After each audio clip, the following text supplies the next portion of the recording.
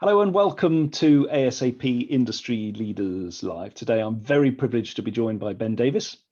Ben has a unique appreciation of operational real estate, including service apartments, apart hotels and co-living, plus over 15 years experience of real estate operations.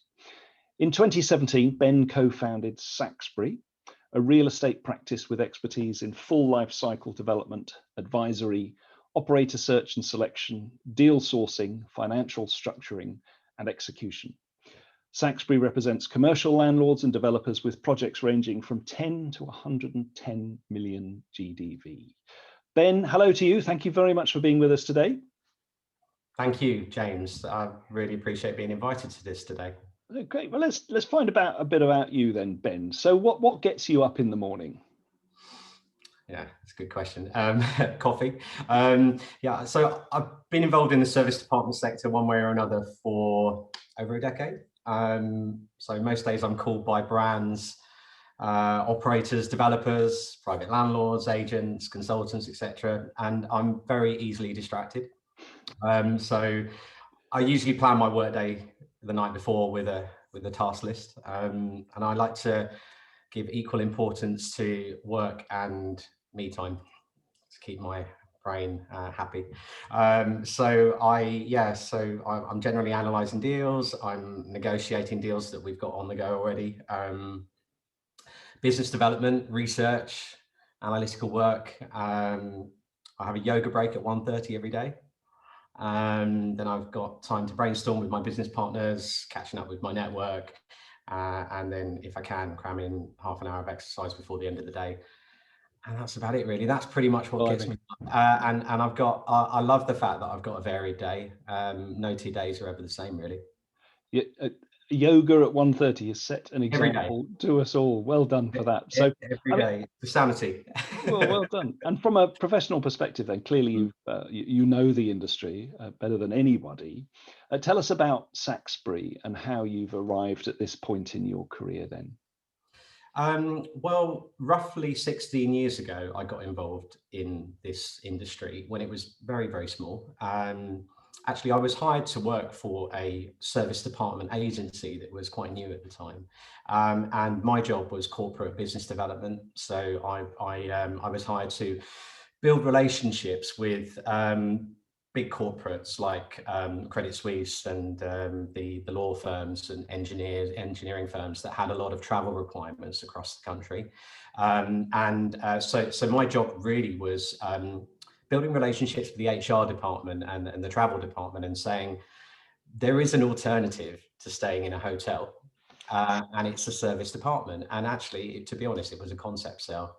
And we were selling not just the concept, but also the very real possibility that they could save a whole load of money and also make their employees happier, and happier employees work harder, and this whole concept sale. So book a service department instead of staying in a hotel for those that are staying for 30 days and 60 days. So that was a lot of fun over, sort of 5, 6, maybe 6 years doing that, working within agency. I also worked for a service department operator, so transfer from agency to operator side, account management. And that's really where I got to know really what customers wanted, what the big corporates needed in terms of accommodation programs. But while working for the agency, that's really where I built and strengthened my relationships also with the operators. And I think at the time it was abundantly clear that demand was exponentially increasing and almost like a rush into this new product, but there just wasn't enough supply. And many great operators there across the country, just with small portfolios of maybe 10, 20, maybe if they're lucky 50 flats. And I think these operators who were capitalizing on demand wanted to be able to grow their stock and supply, but in many cases didn't know how, or if they did know how, they were dealing with landlords and estate agencies that really didn't know their product. So I guess I spotted an opportunity. I spotted a gap there, which was an estate agent, or an agent, if you like, that could translate the requirements of operators, help dispel a myth about what service departments are, and what their guests, who their guests were, as in not party goers. We're talking, people in a shirt and tie staying for 30 days, 60 days or whatever in a flat. And I guess that, if you like, was the precursor to me setting up Saxbury, which was identifying the need for operators and helping translate that to landlords and developers across the country who wanted to be able to access that demand for companies to lease their properties. And we've seen the evolution of the sector over the years that we've been involved in it, and recognition of it accordingly, and the opportunities and the overlap with branded apart hotels and serviced apartments, and of course the wider build to rent sector, including co-living, which I think is absolutely fascinating. What are your thoughts on that? Do you see a future for a merging, a coming together in some way? Well, definitely. I think, sort of 15 years ago, you had very few apart hotels. In fact, I think you had Staybridge Suites and Residence Inn by Marriott, but they hadn't really arrived here in the UK at that time. This was all operators on rent to rent, doing serviced apartments for business days. Co-living is a really interesting term. Co-living, a bit like serviced apartments, is a type of use. It's not an asset class. I see a huge amount of interest from institutional money and from operators, and these tend to be holdcos these days. These are opco and propco combined with investors, and they're looking at the service apartment sector, and they're looking at the build to rent sector, and they're wondering how they might be able to do it differently and perhaps better.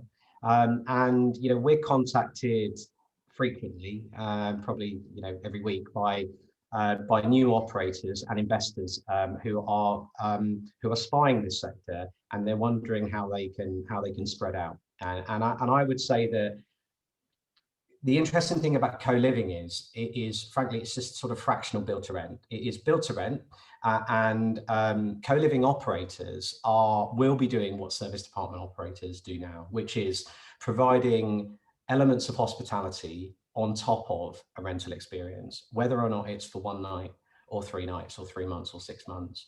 And some of the co-living operators I'm talking to these days are looking to create a product that doesn't look too dissimilar from an apart hotel, and may even be, say, 2-3 bedroom flats around some sort of shared facility, also individual studios, with a big emphasis on sustainability and really fancy and enlivened activated public spaces.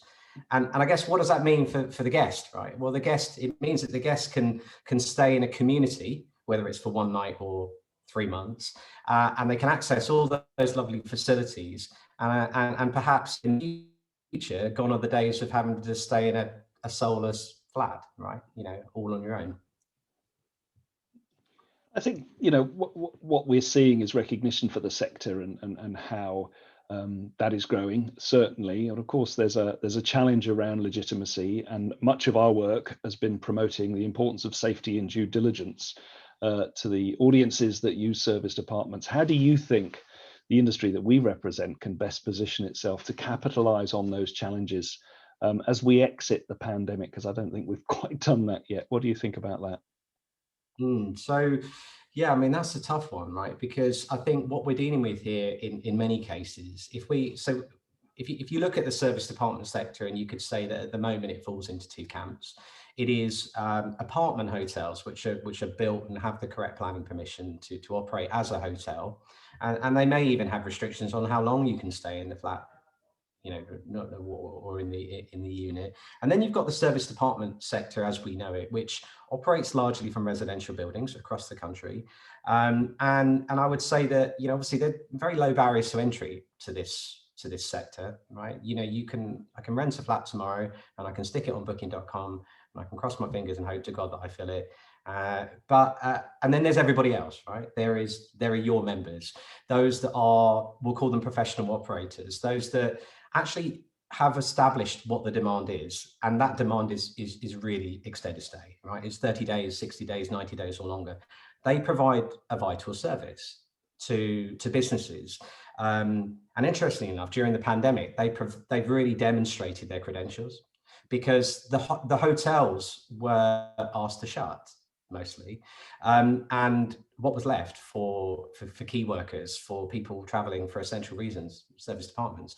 So hopefully they've been able to demonstrate to to the planning departments, to businesses, to local government, that they're necessary and they're here to stay. It's also probably shone a light on the sector to say it is legitimate and it can be legitimate, but perhaps regulation, in some of the forms, whether it's accreditation through various different schemes, or legitimacy through planning and registration through local council, is the way to go.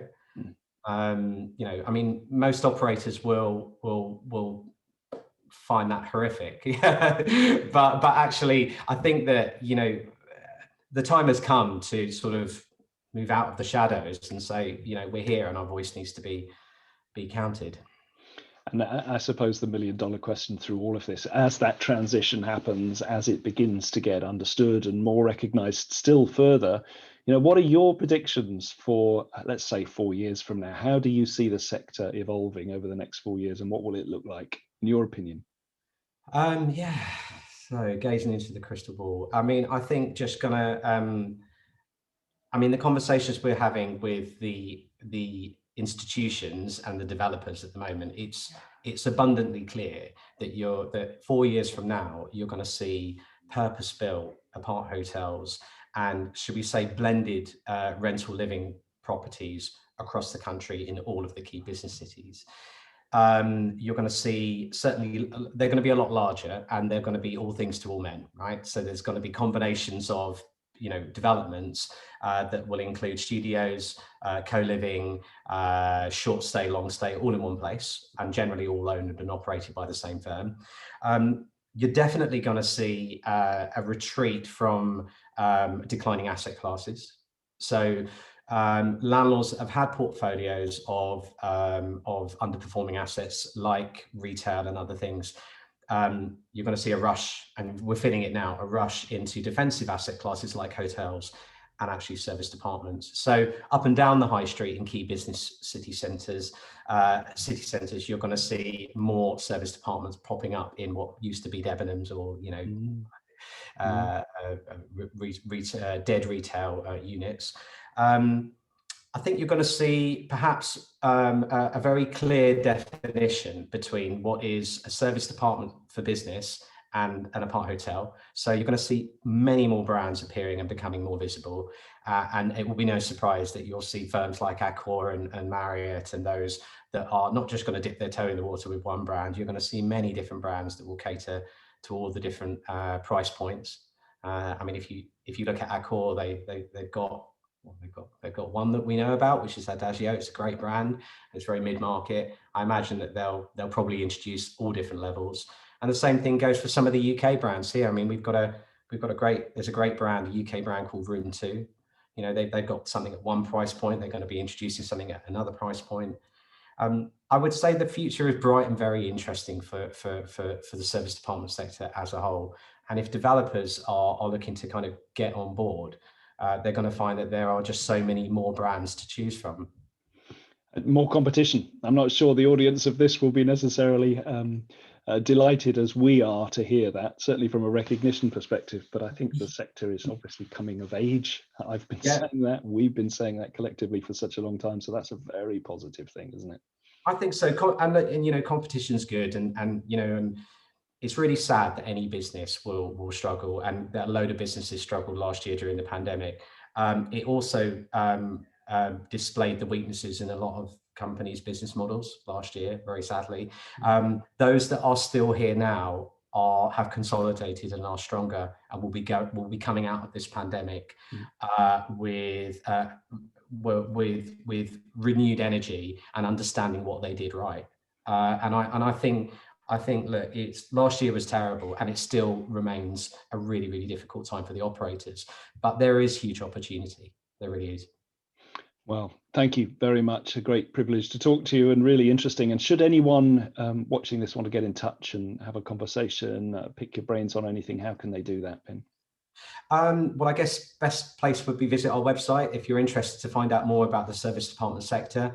If you're a developer, if you're a hotel developer or an investor, and you're interested to know what's out there in terms of operators and how you might convert your building into an apart hotel, please contact us. Our website address is www.saxbury.com.